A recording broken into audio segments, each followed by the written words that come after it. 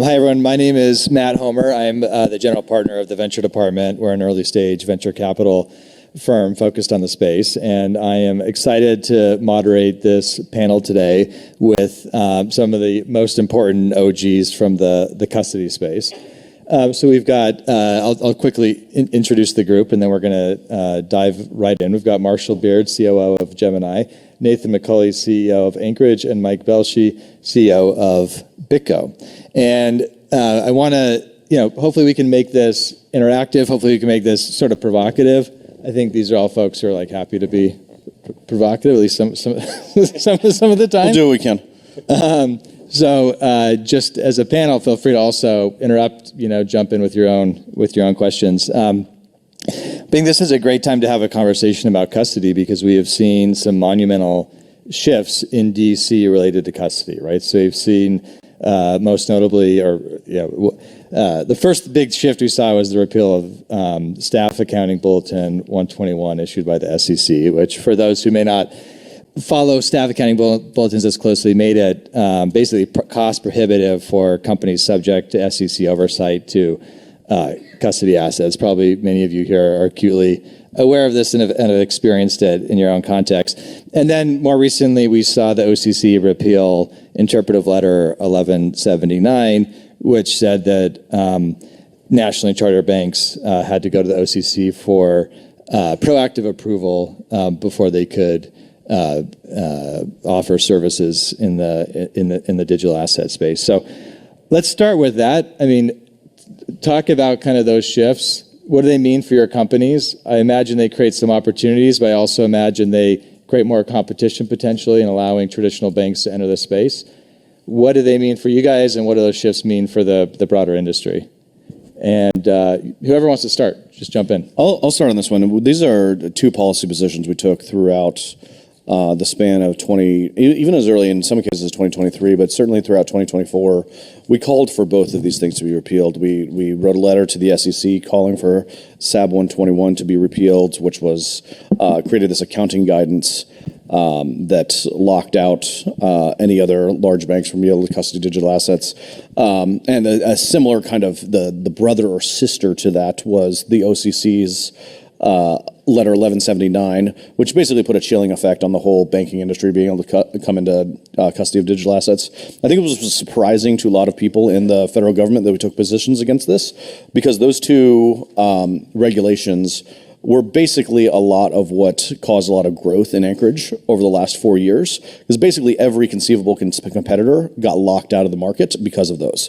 Large banks got locked out from being able to custody digital assets, and other crypto custodians and generally speaking, other people who wanted to use the OCC were also locked out of that. And because we have the only nationally chartered bank that allows people to custody digital assets, we got a tremendous amount of advantage from this. But basically we told people at SEC, people at the OCC, that these two particular provisions were basically un-American and unfair, and were wildly benefiting us and only us, and that wasn't good governance and wasn't good policy. And so I was very excited to see both of these come out, because if something is good for us only locally, it's not actually good for the whole industry at large. It's not good for institutional adoption of digital assets. So we were incredibly excited to see these repealed, and I think it's just the beginning of seeing more and more banks start to adopt digital assets, starting to see more of them start to come in. For us, it was a particularly good timing that on Friday, SAB 121 was repealed, saying, hey, the Staff Accounting Bulletin got repealed a few weeks before that. The OCC said, hey, banks can come in and start to work with digital assets on Friday. And that Wednesday, we announced that we're working with one of the largest Wall Street firms, Cantor Fitzgerald, on a Bitcoin financing program. And so they are going to be extending credit against Bitcoin, that Bitcoin all being held at Anchorage Digital Bank. And so I think this is going to form the nucleus of the way that large financial institutions start to come into the digital asset ecosystem. No longer will they be looking at like, hey, how do we become a custodian? How do we become the custodian ourselves? We'll leave that to the specialists. We will partner with folks like Anchorage Digital Bank in order to be able to bring those products to market. And I think we're just seeing the beginning of what is going to be a real trend in that area. Nathan, when you say work with you, is that like through sub-custodial relationships, or what type of opportunities does that open up for you? I think it's going to be every mix and mingle of what that looks like. In the case of Cantor working with us, clients are going to dual onboard. They're going to onboard to Anchorage, hold their Bitcoin with us, and onboard to Cantor, and then get the leverage through the program at Cantor. This will be, I think, pretty common because this configuration is going to be easiest to get to market for large financial institutions. But over time, I think there will be things where Bitcoin and other digital assets are going to be integrated into the wealth management programs at some of the large banks who have private wealth management, ultra high net worth individuals who already have crypto positions that they would like to bring into the fold, bring into the accounting systems at the banks. And then I think that's just like kind of the first things that we'll see here.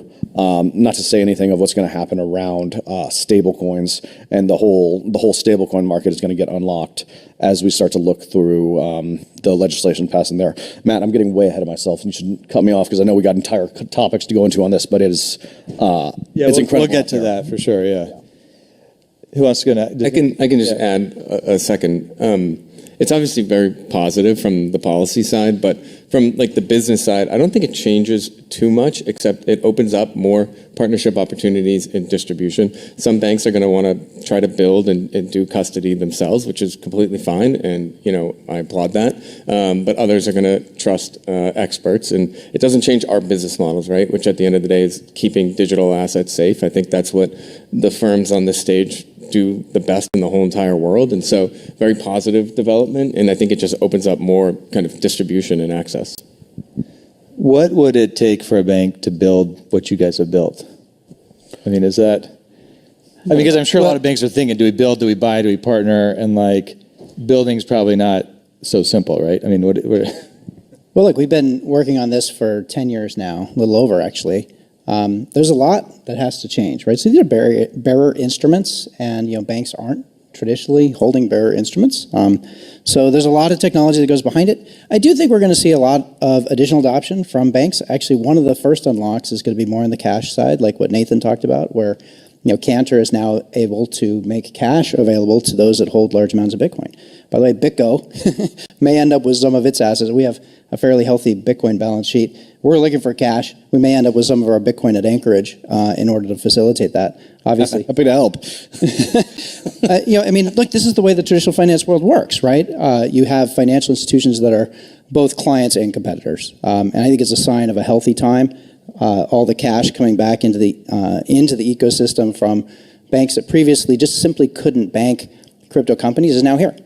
So anyway, there's a lot to go. Back to your question though, in terms of building, look, there's 10 years of work that we've done in terms of how you manage this asset class. Many of those banks are coming to us for how do they do sub-custody. Sometimes they're coming to us and say, can we use your technology? We provide both of those options. We're having a lot of conversations about that right now.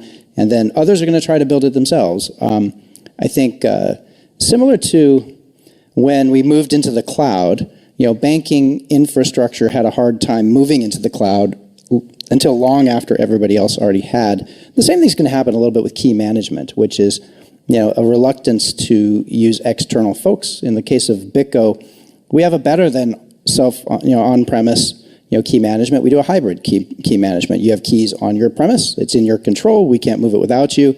And yet you also have the ability to have BitGo as a co-signer with all the security that goes with that. So all the banks are coming in right now for sure. At least they're scrambling to figure out what their strategies are.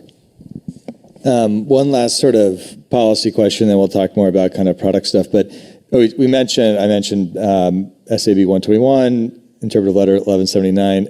Are there any other kind of big blockers? And I know you guys are all sort of active in conversations in DC. Are there any other big blockers that you expect or hope will go away? Any guidance from other regulators like the FDIC, for example? Or do you think that those are the two big ones and now we can sort of move forward? So I think those were the ones that were easiest to kind of just reverse course in a kind of personnel as policy kind of a dimension. I think the next step really starts to look like passing legislation. And there's two bills that are going to be super important. The first one, and the one that seems like it's the first priority, is stablecoins, as we mentioned earlier. And the second one is a market structure bill. There's still a lot of sticky wickets in terms of who does what in the federal government. Our decentralized, almost blockchain-esque federal government in terms of distribution of power means that we have about a dozen federal regulators, and it's not always exactly clear who does what when, particularly when you introduce this question of what asset categories are there, what jurisdictions those fall under. This stuff needs to get worked out, and I think that's like the second priority out of the administration after that. I will say, Mike and I were both at the White House for the roundtable that they had, and I was pretty heartened that they started with the opening comment from David Sachs was, we're going to solve stablecoins, we're going to establish the SBR, we're going to figure out market structure. So don't come here and tell me anything else about what you want on that. Tell me what's next. What are the additional ideas that are needed? What else needs to get solved beyond kind of getting those permanent legislative wins? And I thought that was very promising. It's not as if this is just promises made, promises kept, but it's promise made, promises kept, and more goodies coming after that. And so I think that's going to be really exciting. I think the biggest change actually is the attitude. There is now a set of regulators in place that are ready to help this entire industry figure out how to get regulated in a way that doesn't harm innovation too much and is going to be welcoming into regulation. So you've heard for the last 4 years complaints where industry is saying, how do we get in? How do we do what you need us to do? Just tell us what to do. And they said, oh, fill out a form. And of course, we all knew that was a fiction. So at this point, look, I think that's all gone. We now have regulators that are actually ready and willing to help. They actually have big ambitions. As Nathan said, I don't know, the market structure bill is a lot. We'll see if it can get all the way through. I guess my biggest concern is that none of us is as dumb as all of us. There's a lot of people vying for a little piece of something, and we could get something very complex if we're not careful.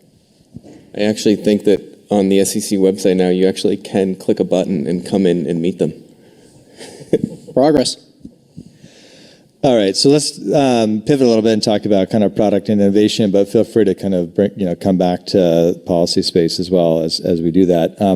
So for people who maybe don't follow like the latest developments in custody, like what is the state of art in custody today? What have been kind of the most interesting developments over the last year, whether that's new technology or product or business relationships?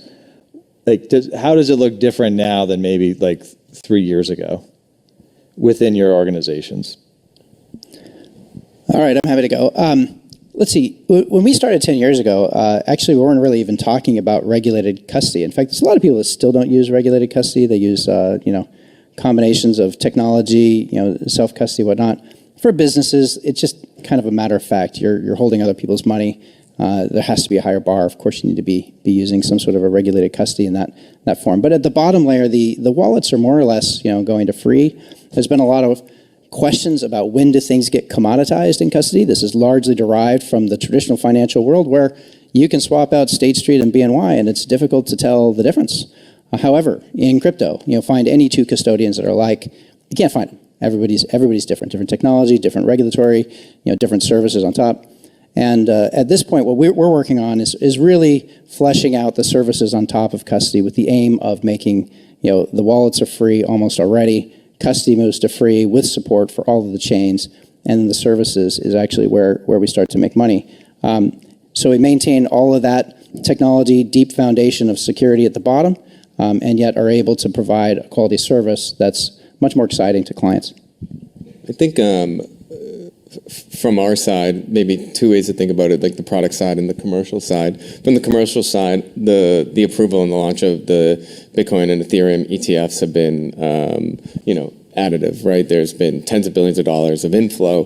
They are going to custodians like ours. And then on the product side, just two kind of main things that I think about. One is staking from custody, which is quite interesting. We provide staking to validators from our cold storage for a public ETF issuer, which is really interesting development there. So staking is interesting from the custodian side. And the other is probably MTC technology, multi-party computational technology. So we've rolled that out for internal transfers, and we look at that for commercialization too. So kind of staking is quite interesting, MPC, and then obviously the ETFs have been, on the commercial side, a boon. Yeah, I think that's exactly right. I think the custody in traditional assets is relatively straightforward. Once you hold a Ford stock, you can hold a GM stock, you can even hold a Tesla stock. It all works very, very straightforwardly. In crypto, this is not the case. In crypto, each chain requires a net new integration that takes time, attention, and careful consideration to get integrated. And then once it's integrated, you actually want to do stuff with it. Whether that's the traditional financial verbs like buy, sell, leverage, collateralize, settle. From your custodian, you want to be able to do all that stuff, but you also want to be able to stake. You want to be able to participate in DeFi. You want to be able to vote in the networks. And so the level of complexity is really kind of deep and wide across the asset base, which I think is another reason that we're increasingly seeing that banks and financial institutions are choosing to part with digital asset custodians. To your earlier question, Matt, around what does it look like to succeed as a digital asset custodian in a traditional financial institution, my personal view is that what Fidelity pulled off is a modern business miracle. Their project at Fidelity started roughly the same time as Anchorage's did, and they have a working business in Bitcoin that they have built up over the last 7 or 8 years. Now, the issue there is that it's a Bitcoin business. It is not a crypto business. It is not a multi-asset business at this point. And I think there's a real... Well, I think they have Ethereum. They do have Ethereum. They do not have Ethereum staking. And so once you start thinking about like, okay, what does it actually take to manage the complexity of digital assets across the entire spectrum of what's going to be interesting here? This is not going to be a single asset game. This is going to be an infinite asset game. This is what's making it even more clear that partnership with tech firms that allow you to hold the asset securely and actually meaningfully use it on a time horizon that is measured ideally in minutes, because this is how fast this industry moves, rather than hours or sometimes days to get assets out of cold storage. This is what ends up being necessary to really build the institutional offering that the world demands. And I think only Fidelity has kind of pulled it off, right? Is any other bank? Oh yeah, it's a miracle. It's truly incredible, but I don't think anybody else has a single Bitcoin under custody. Yeah, not proprietary. Right. What do you? We saw NASDAQ announce that they wanted to be a custodian. They pulled that right last year. Mm-hmm. Part of that's the power of private companies, right? So Fidelity's privately owned. The public companies have had a hard time, especially SAB 121. Threw them all the way back for a loop. Yeah, I think one of the things we found is we started working with some big banks, and if any of you are in here from a big bank, my general impression is what happens is there's about a 2-year period where it looks like a good idea to get into crypto, and then the whole market tanks, and everyone loses interest, loses focus, and is like, oh, maybe my career would be better suited in AI. So what happens is these teams that have been put together have massive retention problems. Those massive retention problems mean that the product never ships. All the people that were good in those teams go join our companies, and then you never kind of get there. This is why I'm saying that like this crop, the smart Wall Street people will choose to partner. Because if you want to get something done on a time horizon where you can actually get something done, partnership is a must. And I think that's the real lesson that was learned from kind of the previous vintages of these projects. And now we're really seeing Cantor lead the way there. And I think that notion is going to be really contagious moving forward.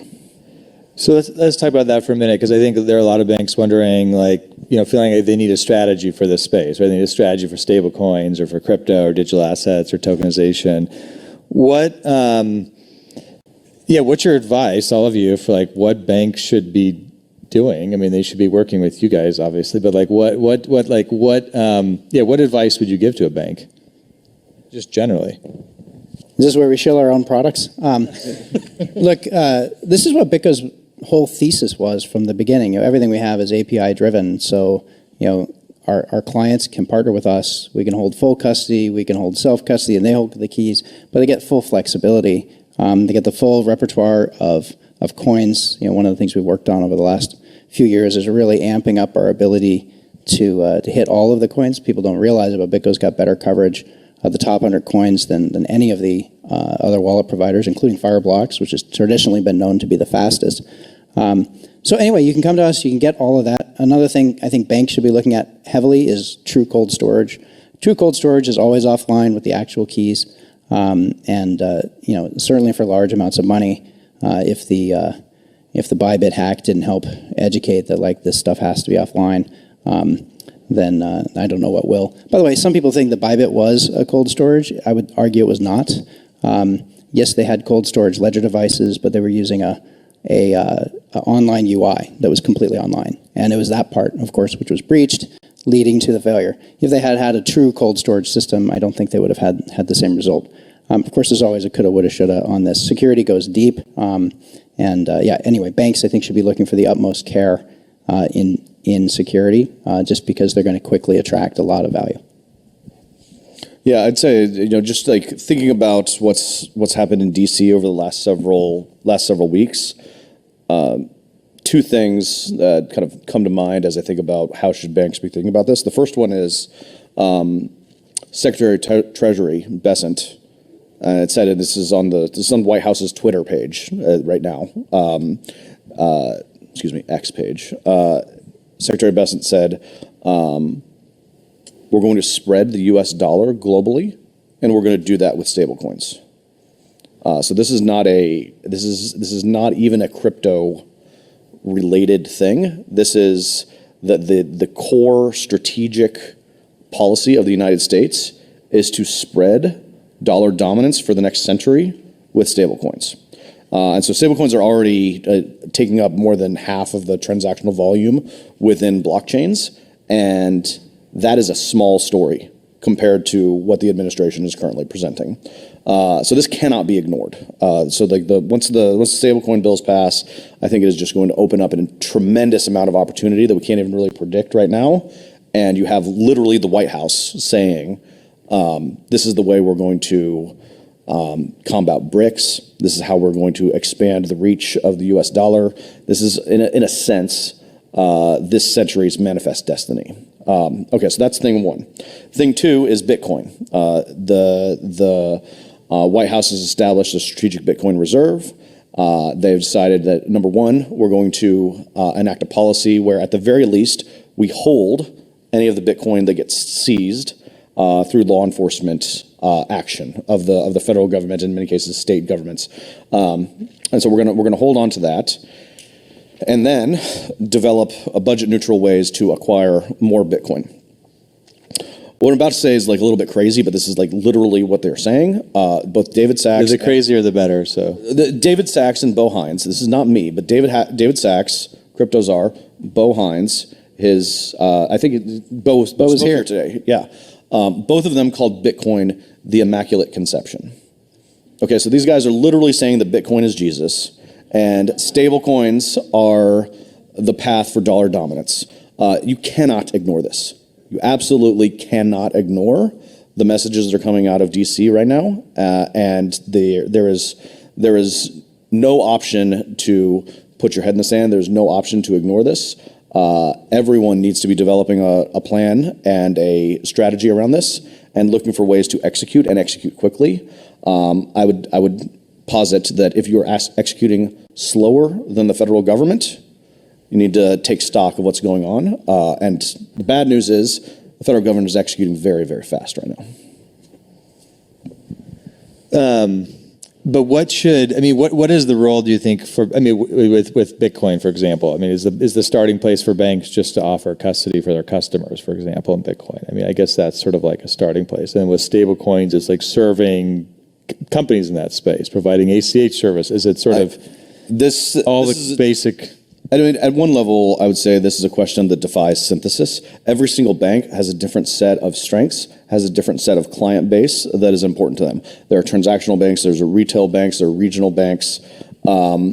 Places that we're seeing interest is in banks' prime offerings. The prime desks want to start treating Bitcoin as collateral as part of their lending operations. This is a very natural one.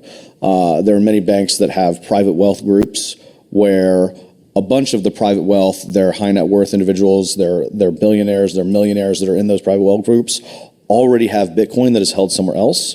Thinking about ways to integrate that into the private wealth offering makes a ton of sense. Some of them are starting to issue ETFs. I think we're going to see a real renaissance in the amount of ETFs that are coming through. We had to like nearly pull teeth to get the Bitcoin ETFs out, and those were incredible. Those are the fastest growing ETFs of all time. The Ethereum ETF is a really kind of a joke of a product because it doesn't even let you do staking in it. So imagine like an income, like a bond ETF that doesn't let you collect the coupons.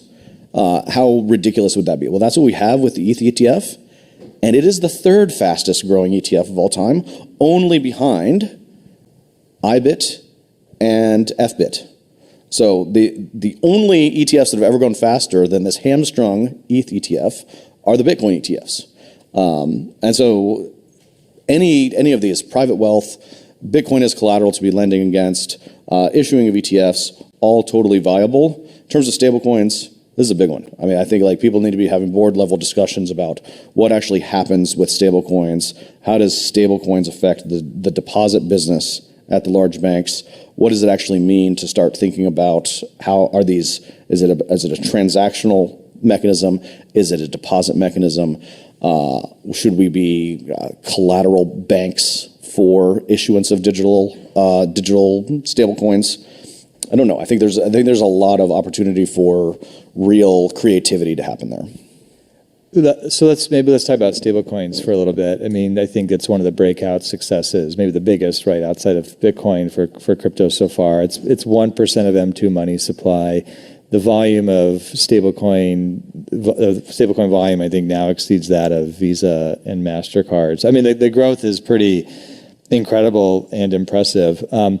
What are you guys doing in that space, if anything? What is the role of custodians in that space? And I mean, connected to that, I guess, is the question, like, do you, well, look, I want to get your thoughts at some point on, like, what, if you guys, how are you thinking about it? Are you focused just on custodying digital assets, or do you think about, as sort of these two worlds collide, also custodying, securities or T-bills or other sorts of assets? But maybe just riff on, start talking about that. Yeah. Well, let's see. On stablecoins, everybody on the stage, Marshall is responsible for Gemini's stablecoin that's been out for how many years? 5, probably. 5 years, all right. Look, I think stablecoins are the bank that you wish you had but never had. People sometimes don't understand the difference between a depository and a custodian. And we have reserve banks. People don't like them. People like to get yield. You used to be able to get some yield out of your bank. But what does a stablecoin give you? First off, it's a one-to-one backed asset, unlike the banks, which are fractional reserve. It gives you a yield, which is risk-free, right? Unlike banks, which give you 0.1%. It's usable 24/7 all around the globe with no friction, which banks can't do either. So stablecoins by themselves are the new banks.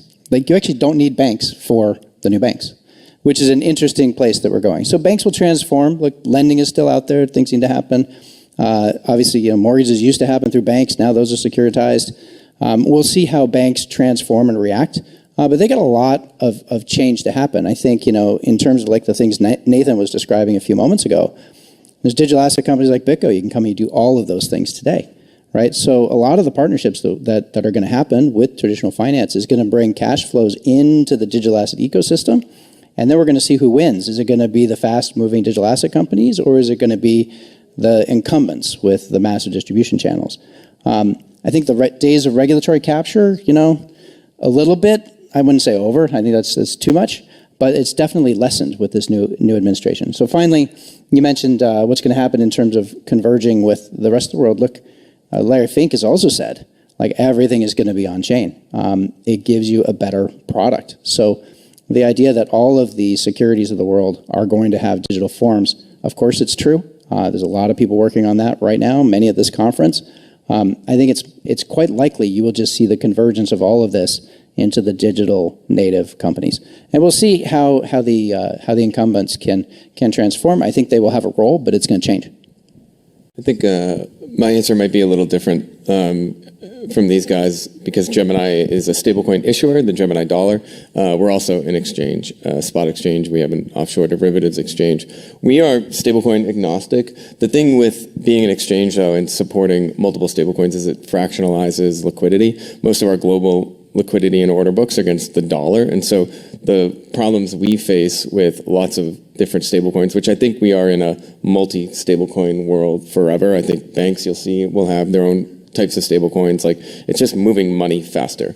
But back to like the exchange part, I mean, like, the killer feature is some sort of like pooled liquidity mechanism where, you know, you can deposit any stablecoin that's like approved within the Gemini listing framework on any chain, and then access global liquidity on the exchange against our dollar order books, and then withdraw any stablecoin that we support on any chain. So come to Gemini with 10 USDC on Solana, you have 10 on your account, you trade against our order books, you have all the liquidity, and then you withdraw 10 Tether on Tron. Something like that. And so there's a lot of treasury management behind that to make that work feasible, and there's some cost associated with it to not make it perfect. But we're stablecoin agnostic. I think stablecoins are a killer app, a killer feature. Like, we see that today. I think, I heard Paulo from Tether speak last week, and he mentioned kind of thinking about Tether as like a national security interest for the U.S. He paved this picture, basically, like, China has like been selling their treasuries, right? They went from 4 billion to 700 million today, and Tether's at 150 million as like a net buyer. And like, you go to places where Tether's thrived, which is emerging markets like Africa, Latin America, and like, you see these like new highways being built in Africa, and it's a sign on the road that says, a gift from the People's Republic of China. They're buying gold, they're selling treasuries. If BRICS comes out with some sort of digital dollar and forces all the ports or something in Africa to only take that hurts US dollars, that lowers treasury. So Tether's actually like a good thing for US dollar growth globally, and so I thought that was a great point as well. Yeah, I completely agree with Paulo on that point, that the spread of Tether has been probably one of the better manifestations of an export of U.S. dollar dominance globally, especially in a world where increasingly driven by things like China's Belt and Road Initiative, ports, libraries. I mean, you visit some of these developing countries, and some of the road signs are in Mandarin, and so in a large way, there's very little play that the U.S. has had, and in some ways have abdicated some of our responsibility, or what we previously thought of as a responsibility. So the dollar is really in a little bit of a precarious position there. I think we take for a given that the dollar enjoys a sense of dominance. And jokingly, in crypto, I think sometimes in crypto people call it the least bad fiat currency. I mean, it's no Bitcoin, but it's pretty good. The dollar is really great. It's probably the greatest product that has come out of America, and we have an opportunity with stablecoins to take that and increase the reach far beyond where it currently goes. Right now, kind of the end state for dollars tends to be foreign correspondent relationships in some local banks around the world, whereas stablecoins immediately have global applicability across the entire globe, can be a net new buyer of treasuries. And I think a Tether right now is probably already like ranked 8th in terms of largest treasury buyers in the world, and its market cap is still relatively small. Only 1% of M1 have an opportunity to get it into hundreds of billions, if not trillions. And at that kind of scale in the stablecoin market, there's room for way more than just one issuer, than just one player in that. And so when I mentioned that I think this is a really profound opportunity, that's the kind of thing we're talking about. Is like, what is the plan for spreading of the American financial instrument across the globe? And that's the responsibility has really been given to private industry, whether it's startups in crypto, whether it's the banks themselves. I think the stablecoin legislation is going to set kind of the starting gun for that set of innovation, and there's just a lot of opportunity there. We've got about 5 minutes left. We haven't talked about DeFi yet, but what do you see as the intersection between DeFi and custody? I mean, it seems like we've seen products emerge that enable, customers sort of to move in and out seamlessly, right, of a QC context and sort of having their own control of the asset and being able to do whatever they want with it. How do you see that kind of intersection evolving over the next year or two? Yeah, I think this is a really interesting one where it underscores the point, some of the points me and Mike were making earlier, where custody isn't just about holding the asset. If custody was just about holding the asset, I'd probably be doing something different with my life. Custody is about being able to hold the asset securely and do useful stuff with it. DeFi provides, I think, one of the most incredible mechanisms by which we can start to do things, where we've, over the last 100 years in financial infrastructure, built a whole set of services and regulatory wrappers to mediate the behavior of institutional players, of counterparties. So there are rules about how to lend, there's rules about how to market make, there's rules about how to run an exchange. And what DeFi says is, like, what if the rules of the road were just set in code, auditable by everyone, and available to everyone out of the box? And so this is a deeply contrarian view that is pretty incredible in its applicability to the world, but it doesn't let you really do much if you don't get access to it. If you can't meaningfully use, say, the Uniswap exchange, you can't use lending markets, if you can't use all of those services that you want to use from the safety of your custodian, then you don't really get access to it. And in a weird sense, in 2017, part of the reason that I came into crypto custody was crypto at the time felt like a retail phenomenon. And more of that needed to be brought to institutions. That's where I feel like we are with DeFi right now. DeFi still is a retail-driven phenomenon, and safe, structured interfaces to that from qualified custody is going to be the mechanism by which institutions are allowed to come into that space and enjoy the benefits of those transparent, fair, and fundamentally more trustworthy setups.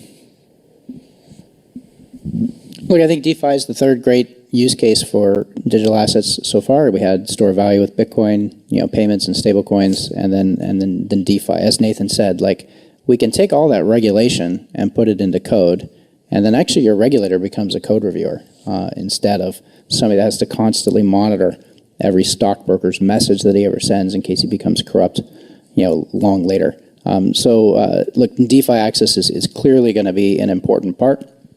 I think it takes a little bit longer. We were stalled out for the last 4 years. We had the SEC unclear about what's a security, what's not a security. This has held that whole sector back, and that's going to open up right now. And then anyone with institutional money is going to be looking for how do I make sure I keep my balances safe and yet have access to DeFi? One other thing we'll see is look, we do wrap Bitcoin, $13 billion of value that's wrapped. We've got needs for cross-chain activity. There's a lot where custodians can play a role here, either through wrapped assets like that, or you can even imagine wrapped assets like equities and whatnot starting to show up into these products. Finally, making your money make you more money is what people really want. So the ability to put all of this stuff into a programmable form where you can use as collateral and start to really generate more advantage in a whole bunch of ways is what we're trying to get to. Marshall, last word? Yeah, sure. I think you can think of it two different ways, the institutional side, maybe the retail side. I think on the institutional side, it's still, not the easiest to use DeFi. There's solutions and like Fireblocks and companies that kind of had this institutional grade way to access on-chain activity, but like moving size on-chain through your business is still somewhat scary and expensive. And then on the retail side, what you see